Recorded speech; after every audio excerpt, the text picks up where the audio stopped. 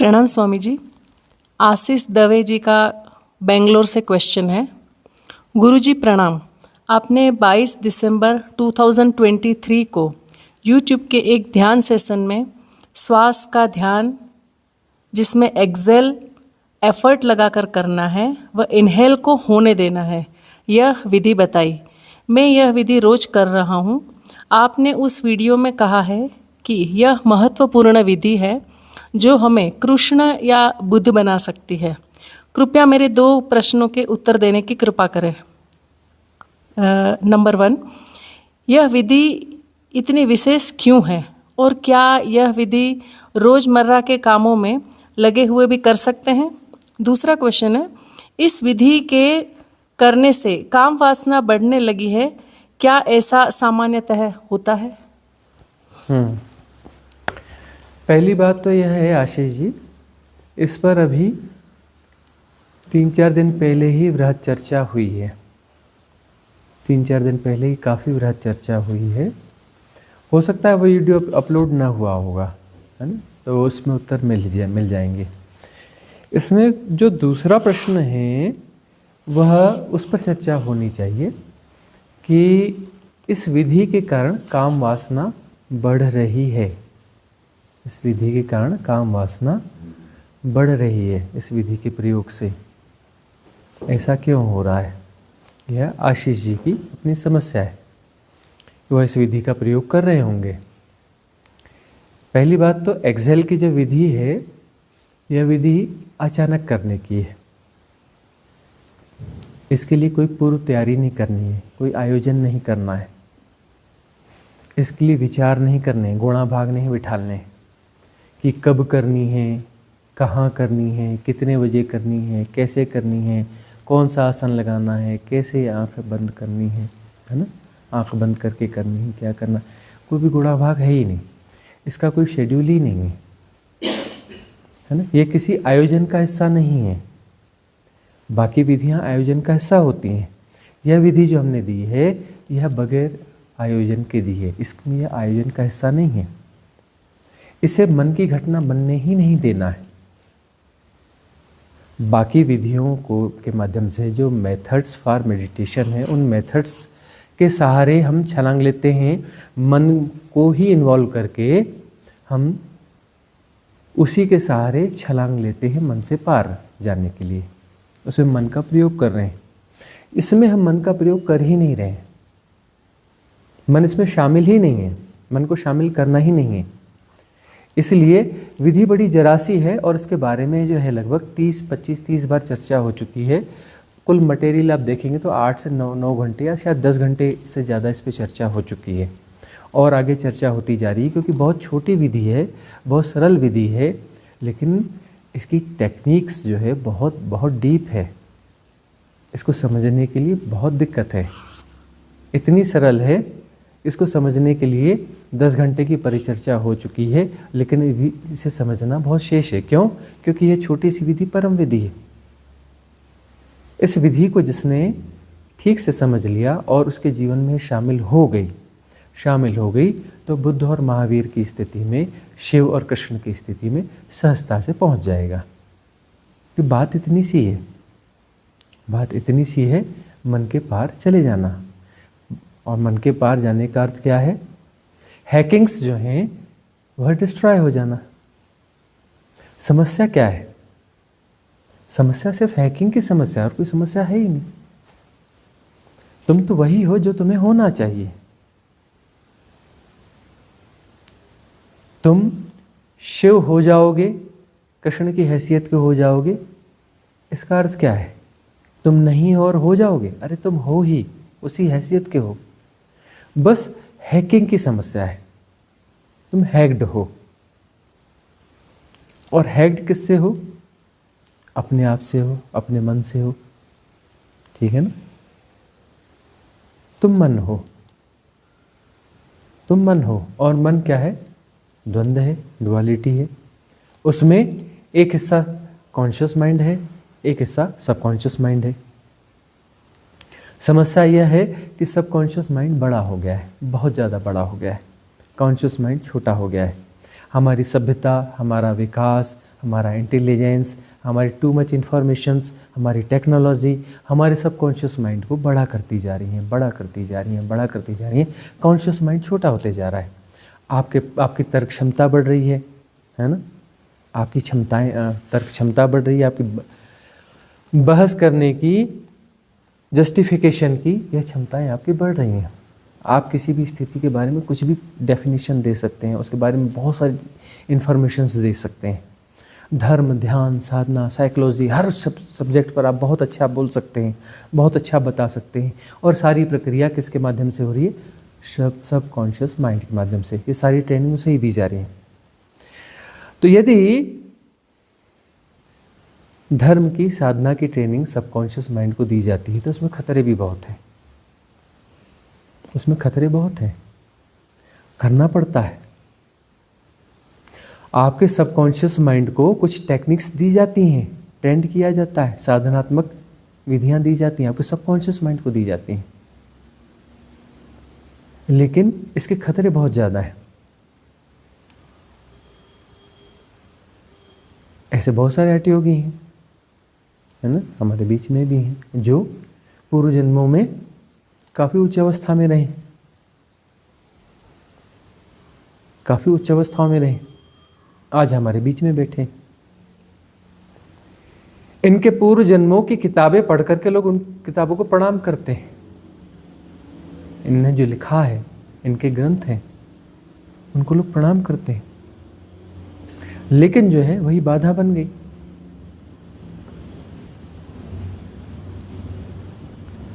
वह ट्रेनिंग जो है सबकॉन्शियस माइंड की, वही बाधा बन गई, क्योंकि सबकॉन्शियस माइंड पूरी तरह से क्लीन होना चाहिए, पूरी तरह से क्लीन होना चाहिए।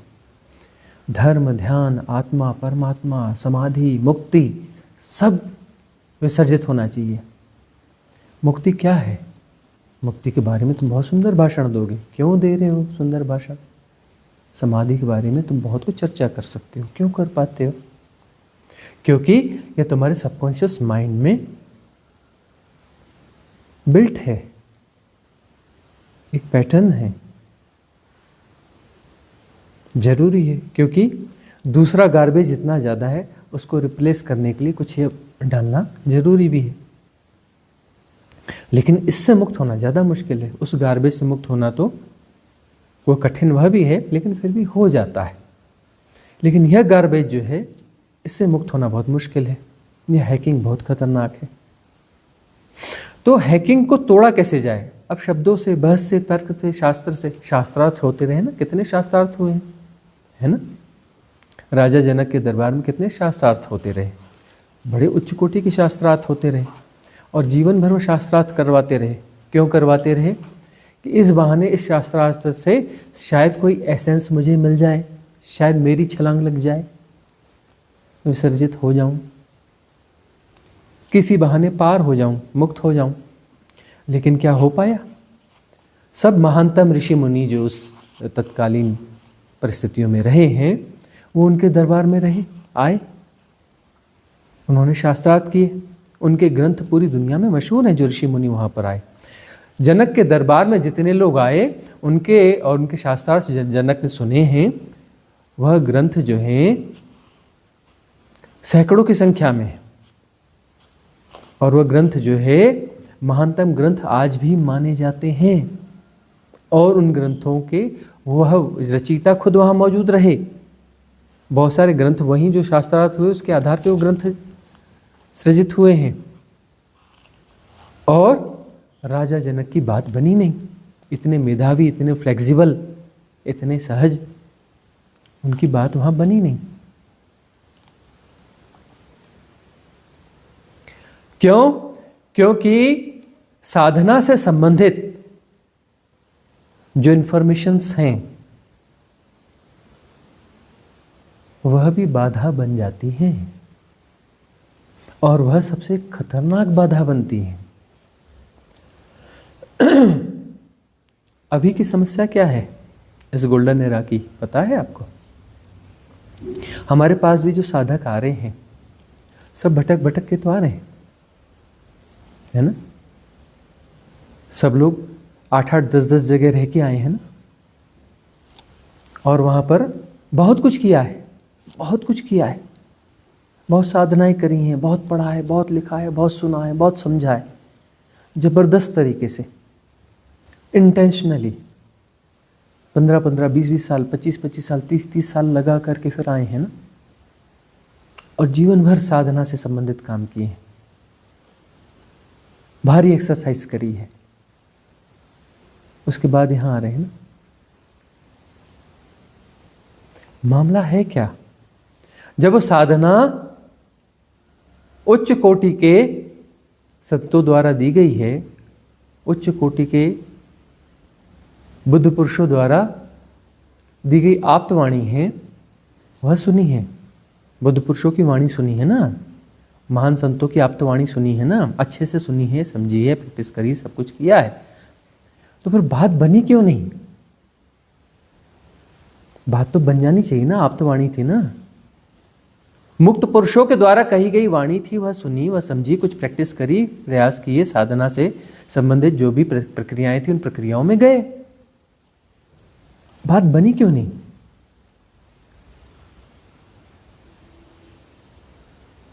सबकॉन्शियस माइंड में उसके पैटर्न्स बन गए, इसलिए हम कहते हैं सांसारिक प्रपंचों से तो मुक्त होना ही है, आध्यात्मिक प्रपंचों से भी मुक्त होना है।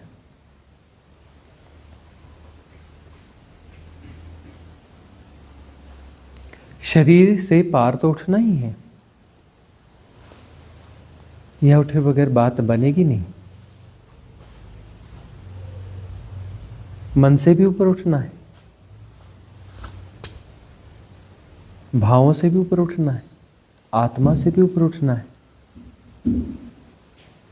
परमात्मा से भी ऊपर उठना है, समाधि से ऊपर उठना है, मुक्ति से ऊपर उठना है। ये सब सारे कॉन्सेप्ट विड्रॉ होने चाहिए, कॉन्सेप्ट के अलावा कुछ भी नहीं है।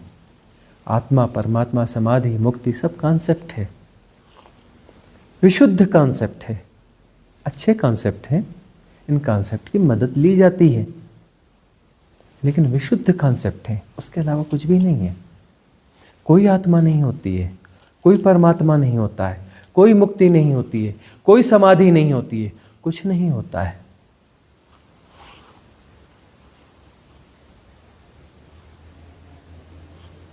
ये सारे कॉन्सेप्ट विड्रॉ होने चाहिए। यह कॉन्सेप्ट जो है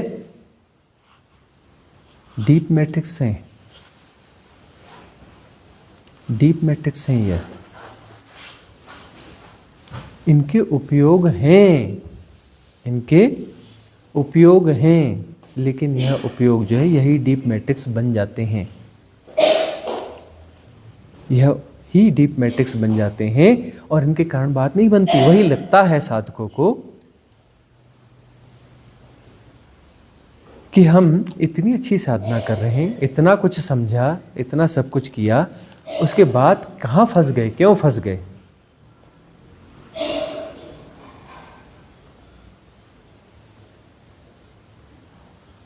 बात बनती क्यों नहीं?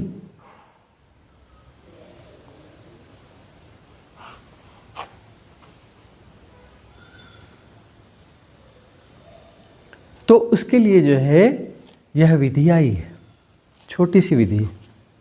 महान विधियों ने बड़े बड़े काम किए होंगे, ठीक है, अब यह विधि छोटी सी विधि है। अचानक एक्सेल,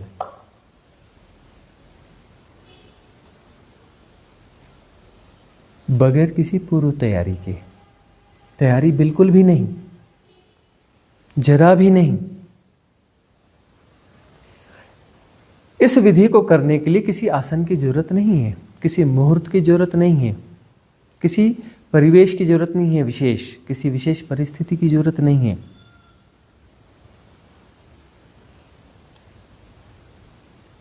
किसी भी किंतु परंतु की जरूरत नहीं है। यह हम कहते हैं कि जब बहुत ज़्यादा बेचैनी हो, परेशानी हो, कुछ न समझ में आ रहा हो तो अचानक एक्सेल, जब कुछ न समझ में आ रहा हो तो एक्सेल,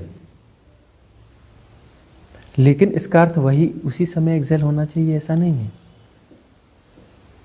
यह विधि ऐसी हो जानी चाहिए कि भीतर से अचानक कोई भी तरंग उठे और एक्सेल हो जाए, उस तरंग के विचार बनने के पहले। और एक्सेल कैसा होना चाहिए? जहाँ हो वहीं से होना चाहिए, नहीं तो वह तैयारी हो जाएगी। यदि पहले इनहेल को कंप्लीट किया और उसके बाद एक्सेल किया तो यह विधि तो नुकसानदायक हो जाएगी। मन को पूरी तरह से घुसा दिया। इनहेल को क्यों कंप्लीट होना चाहिए? तुम जहां हो जैसे हो वहीं से एक्सेल होना चाहिए। यदि आधे में श्वास है तो वहीं से एक्सेल होना चाहिए। यदि इनहेल शुरू ही हुआ था, इनहेल शुरू ही हुआ था, लेकिन जैसे ही ख्याल आएगा तो वहीं से एक्सेल हो जाएगा। हो सकता है 5% 10% ही इनहेल हुआ हो और वहीं से एक्सेल हो जाएगा। इसमें यह गुणा भाग नहीं लगाना है कि इनहेल कितने % हुआ है, मैं थोड़ा सा ठहर जाऊं फिर एक्सेल करूं, एक्सेल प्रॉपर होगा तो ज़्यादा फायदा होगा। बिल्कुल उलझ गए, जाल में फंस गए। जहां हो वहीं से तुरंत एक्सेल, बगैर किसी पूर्व तैयारी के एक्सेल हो जाना चाहिए, हो चुका होना चाहिए। तो जैसे ही एक्सेल होगा ब्रीथ पैटर्न सहज हो जाएगा। क्या हो जाएगा? ब्रीथ पैटर्न सहज हो जाएगा। उसके बाद इनहेल होने देना है, उसमें बीच में नहीं आना है, बिल्कुल टांग नहीं फंसानी है।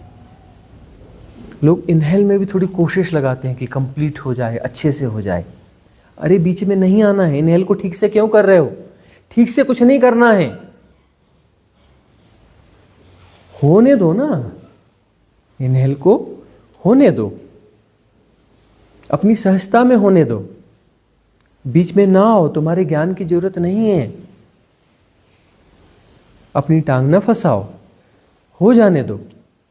इनहेल हो जाएगा तब फिर इफर्ट कैसा आएगा? उसमें फिर से एक्सेल होगा और एक्सेल जो है प्रॉपर होगा। दूसरा एक्सेल कैसा होगा? प्रॉपर होगा। नाभि तक जाएगा, नाभि के नीचे हारा केंद्र तक जाएगा और फिर अपने आप को छोड़ देना है। तो जो फर्स्ट एक्सेल है उसमें सारे चमत्कार छुपे हुए हैं। फर्स्ट एक्सेल यदि किसी बगैर पूर्व तैयारी के होगा, उसमें तुम अपनी बुद्धि ज्ञान नहीं लगाओगे, बस हो जाएगा, तो सारी हैकिंग डिस्ट्रॉय हो जाएगी, सारी हैकिंग डिस्ट्रॉय हो जाएगी। हैकिंग्स किसकी है? तुम्हारे सबकॉन्शियस माइंड के पैटर्न्स की है ना। वह तुम्हें हैक कर लेता है। तुम्हें का अर्थ तुम्हारे कॉन्शियस माइंड को।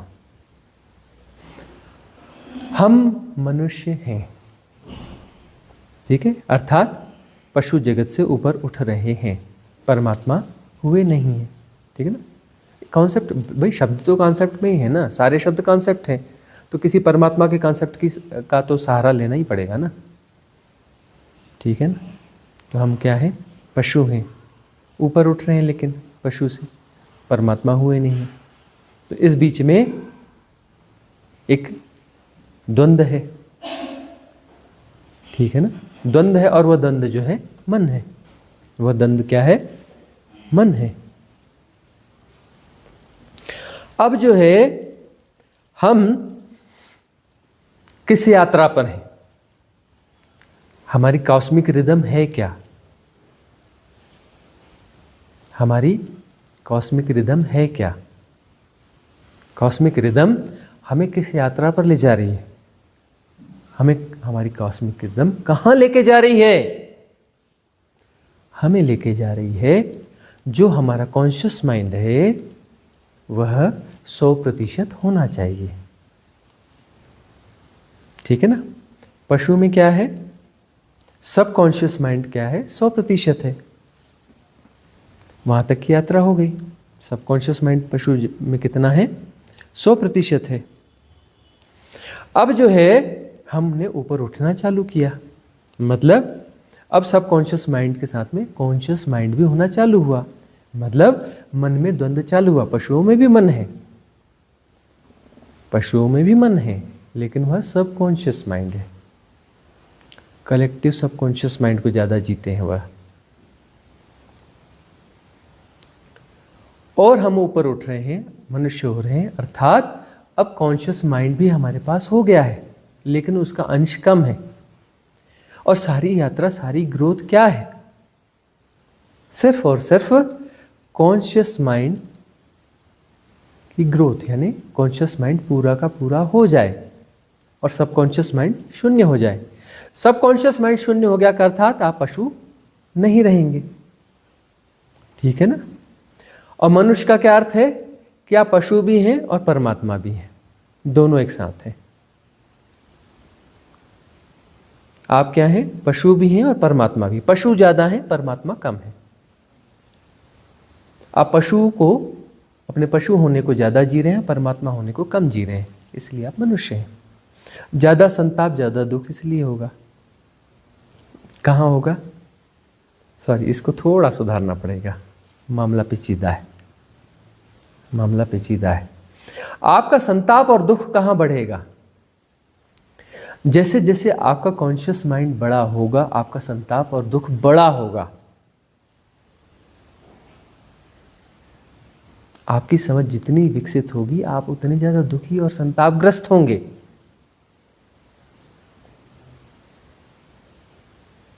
क्योंकि आपको अपना पशु ज्यादा दिखने लगेगा। आपको भीतर का अपना पशु ज्यादा दिखने लगेगा। तो जैसे जैसे साधना में ऊपर उठेंगे, ठंडी सिसकारियां बढ़ती जाएंगी, दुख बढ़ेगा, संताप बढ़ेगा। ज़ॉम्बीज़ जो है ना, जो कि बहुत इंटेलिजेंट होते हैं, है? कैसे वाले इंटेलिजेंस? फॉल्स इंटेलिजेंस रहती है उनके पास में। कौन सी वाली रहती है? टू मच इन्फॉर्मेशन वाली। टू मच इन्फॉर्मेशन का युग है ना, ये अच्छा नहीं लगता, information and technology. Too much information का युग है। तो इसमें जो है ज़ॉम्बीज़ जो हैं,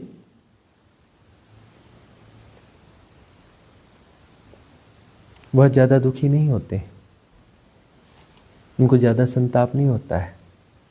मशीन है ना, मशीन को कहाँ से ज़्यादा दुख होगा, ज़्यादा संताप होगा? थोड़ा बहुत 2-3-4% कॉन्शियस माइंड है तो उस अनुपात में थोड़ा बहुत कभी कभी दुख हो जाता है उन्हें, थोड़ी बहुत संवेदनाएं हो जाती हैं उन्हें।